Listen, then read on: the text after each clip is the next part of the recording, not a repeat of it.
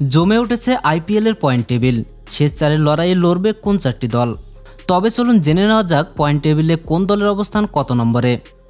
এখন পর্যন্ত পয়েন্ট টেবিলের শীর্ষে অবস্থান করছে গুজরাট, চেন্নাই, লখনউ ও মুম্বাই।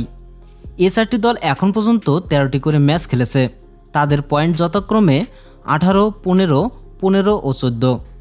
তবে 5 নম্বরে থাকা বেঙ্গালুরু খেলেছে 12টি ম্যাচ, তাদের পয়েন্ট 12। এখন বেঙ্গালুরু যদি শেষ দুটি ম্যাচে দুটিতে জয়লাভ করে তাহলে 2, 3 ও 4 নম্বরে থাকা 3টি দলের মধ্যে বাদ পড়ে যেতে পারে যে কোনো একটি দল।